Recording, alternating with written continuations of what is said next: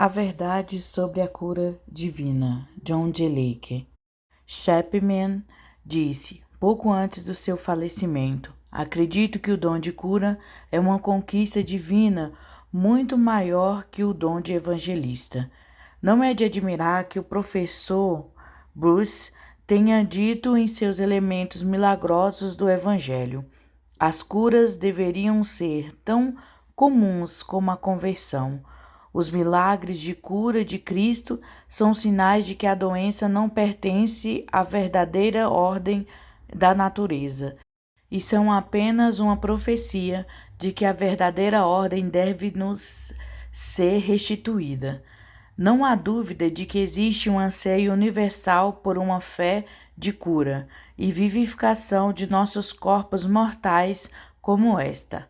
O professor Bruce expressou isso muito bem em suas palestras no Onion Seminary, que tem sido um poder desde a sua pronunciação.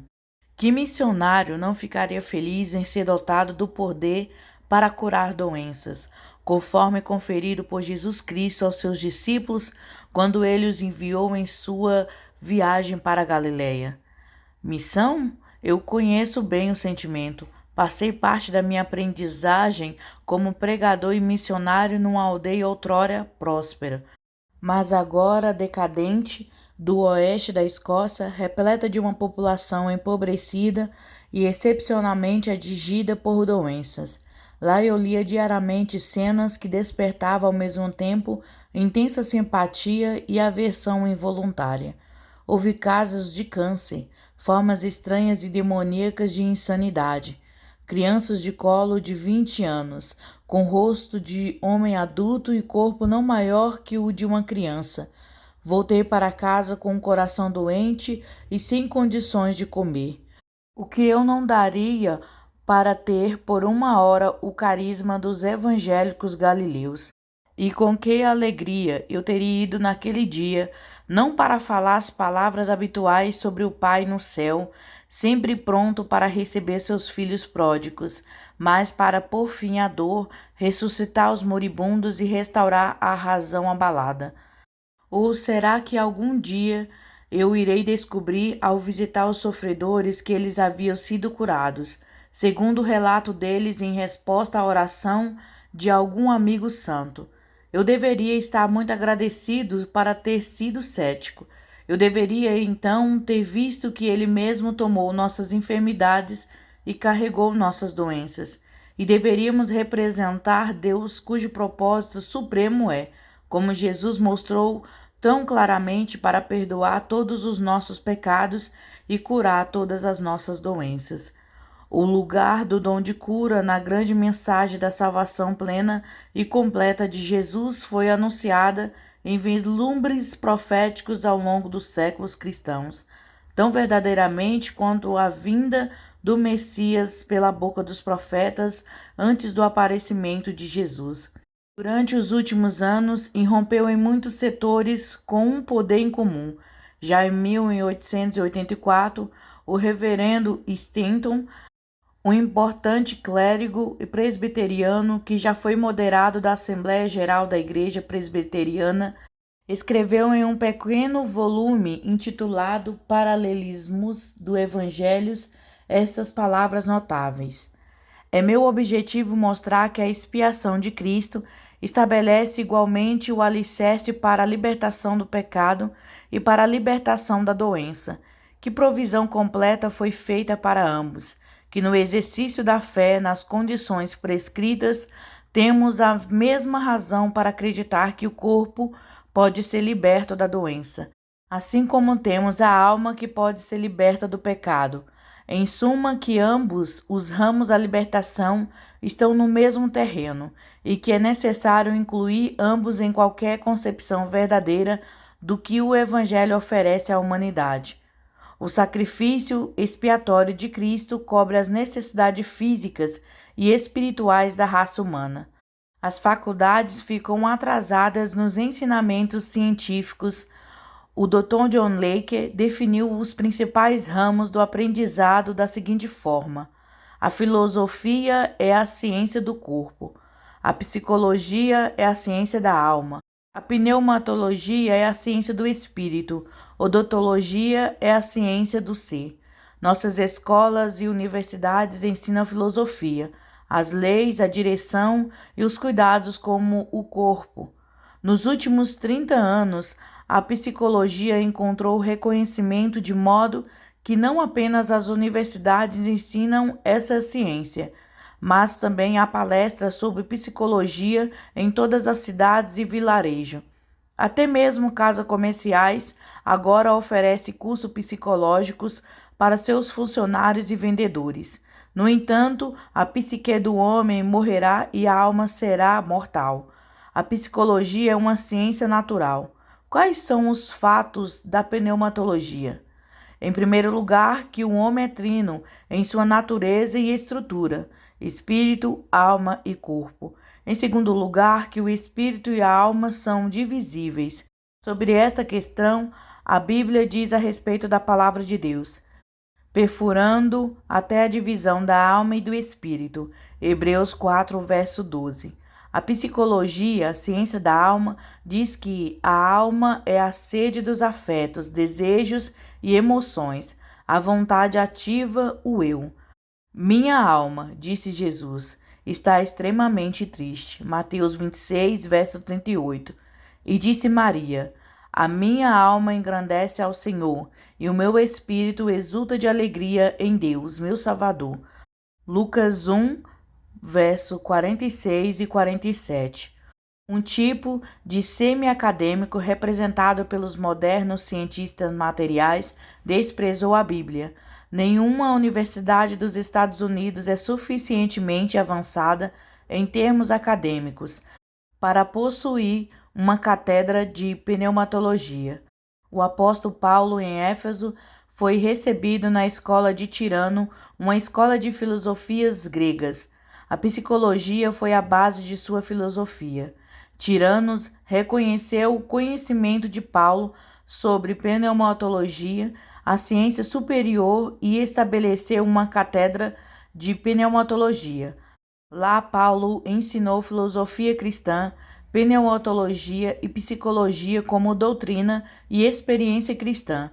Isto resultou no estabelecimento das igrejas cristãs de Éfeso, com 100.000 membros.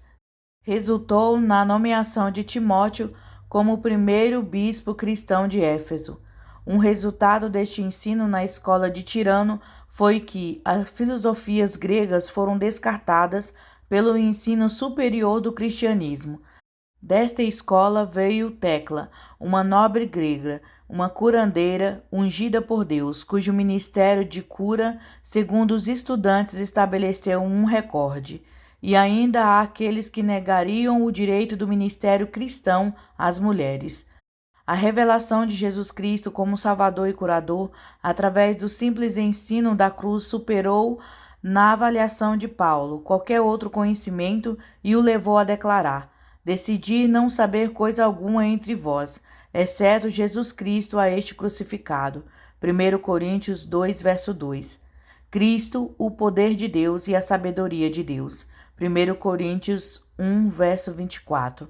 Não me envergonho do Evangelho de Cristo, porque é o poder de Deus para a salvação de todo aquele que crê, primeiro do judeu e também do grego. Romanos 1, verso 16.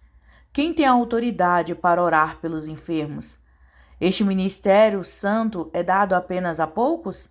É um ministério para todos os cristãos ou apenas para o clero? Jesus disse: se pedirdes alguma coisa em meu nome, eu o farei. João 14, verso 14. Pedi e se vos há dado, buscai e encontrareis, batei e abri-se-vos-á. Lucas 11, verso 9. Estes sinais seguirão aqueles que creem. Em meu nome, eles, os crentes, expulsarão demônios, falarão novas línguas, imporão as mãos sobre os enfermos e estes sararão. Marcos 16, verso 17 e 18. Os apóstolos foram ordenados a ir por todo o mundo, para fazer crentes em todas as regiões. Os sinais deveriam seguir os crentes, não apenas os apóstolos. Esta era a característica do céu. foi a marca registrada de Cristo em seus bens.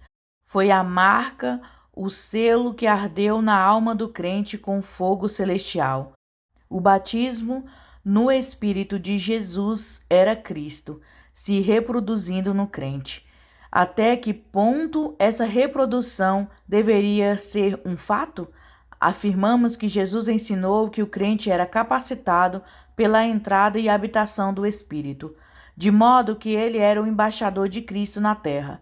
Então, ele deve realizar os ministérios santíssimos de Cristo aos pecadores e doentes, assim como o próprio Jesus faria.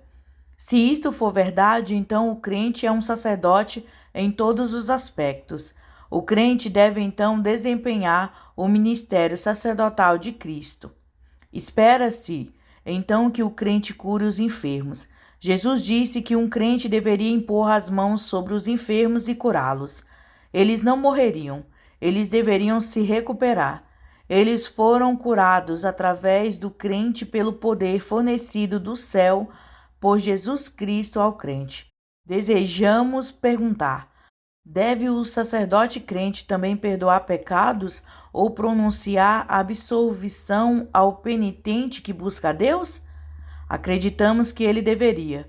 Temos certeza de que é um privilégio da igreja moderna ver essa tremenda verdade que foi proposta pelo Senhor para ser a glória do cristianismo.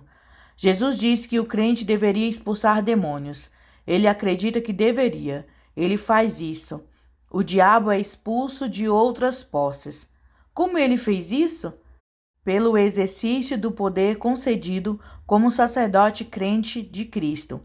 Ele exerce autoridade espiritual sobre o diabo no candidato e o liberta do controle. Nisto ele desempenhou a função de Cristo. Os enfermos também são curados através do sacerdote crente. Nisto também ele desempenha outro ministério de Cristo. Então, que tal o pecado? Porque o sacerdote crente, pelo mesmo poder e autoridade espiritual, não destrói a consciência do pecado na alma e não pronuncia a absolvição dos pecados passados? Fazemos essas perguntas para descobrir qual é o ministério do crente como representante de Cristo. Não estamos sozinhos em nossa fé de que o crente deveria desempenhar o ministério completo de Cristo. Eu sou um sacerdote, Robert Browning. A igreja primitiva perdeu seu poder quando perdeu de vista seu ofício de sumo sacerdote, Bispo Brunet. A igreja precisa realizar as novas maneiras, o sacerdócio inerente aos crentes cristãos. Conferência de Bispos Anglicanos de Lambeth, em 1906. A autoridade para pronunciar absolvição e remissão dos pecados passados e satisfazer a aspiração da alma por o futuro, acredito que seja espiritual e não eclesiástico e tradicional, e que pertença igualmente a todos que receberam tal absolvição e remissão e tais dons da vida espiritual. Lyman Abbott, 1835 a 1922. A experiência da Igreja Livre confirma o que deveríamos esperar do estudo do Novo Testamento e da psicologia moderna, que o sacerdócio de todos os crentes que se baseia em evidências mais sólidas do que o sacerdote dos crentes, Reverendo Dr. Glover de Cambridge. Com o qualquer não é que não haja clero, mas que não haja leigos, pois somos todos sacerdotes do Altíssimo. John Gwen. Eu estou sempre na presença não apenas de um grande poder ou de grande legislador, mas de um grande curador. Lyman Abbott. Portanto, todo crente em Jesus Cristo está autorizado pelo Senhor a fazer o que ele fez, com a certeza da insistência de Cristo. Obras maiores do que esta fareis, porque eu, Jesus, vou para o meu Pai. João 14, verso 12. E eles saíram e pregaram em todos os lugares, o Senhor trabalhando com eles e confirmando a palavra com sinais a seguir. Marcos 16, verso 20. Eis que estou sempre convosco, até o fim do mundo. Mateus 28, verso 20. Os milagres de Jesus têm sido o campo de batalha dos séculos. Os homens dedicaram suas vidas no esforço de destruir a fé em milagres. Ainda hoje, mais pessoas acreditam em milagres do que nunca. A pseudociência declara que os milagres são impossíveis. No entanto, os maiores homens do mundo científico acreditam no sobrenatural e sabem que milagres são cuja descoberta e utilização que o cientista material nada sabe. O reino dos milagres é o reino natural do homem. Ele é, por criação, o companheiro do Deus operador de milagres. O pecado destronou o homem do reino dos milagres, mas através da graça ele está entrando no seu próprio reino. Tem sido difícil para nós compreender os princípios dessa vida de fé. No início, o espírito do homem era a força dominante do mundo. Quando ele pecou, sua mente se tornou dominante. O pecado destronou o espírito e coroou o intelecto. Mas a graça está restaurando o espírito ao seu lugar de domínio. E quando o homem perceber isso, ele viverá no reino do sobrenatural sem esforço. A fé não será mais uma luta, mas uma vida normal no reino de Deus. O reino espiritual coloca os homens onde a comunhão com Deus é uma experiência normal. Milagres são, então, seu sopro nativo. Ninguém sabe até que ponto a mente e o espírito podem ser desenvolvidos. Este não é o poder da mente sobre a matéria, mas o poder do espírito sobre a mente e a matéria. Se o corpo for mantido em boa forma, quase não haverá limitação ao desenvolvimento do homem. Demoramos a compreender que o homem é um espírito e que a natureza espiritual é a sua natureza básica. Procuramos educá-lo segundo linhas intelectuais, ignorando completamente o espiritual, de modo que o homem se torna um ser egocêntrico e egoísta.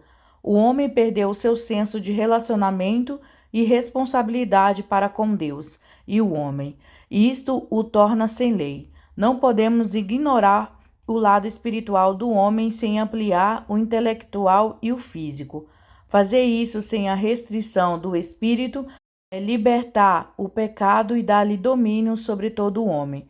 Deve haver uma cultura e desenvolvimento da natureza espiritual a um ponto onde ela possa desfrutar da comunhão com Deus Pai.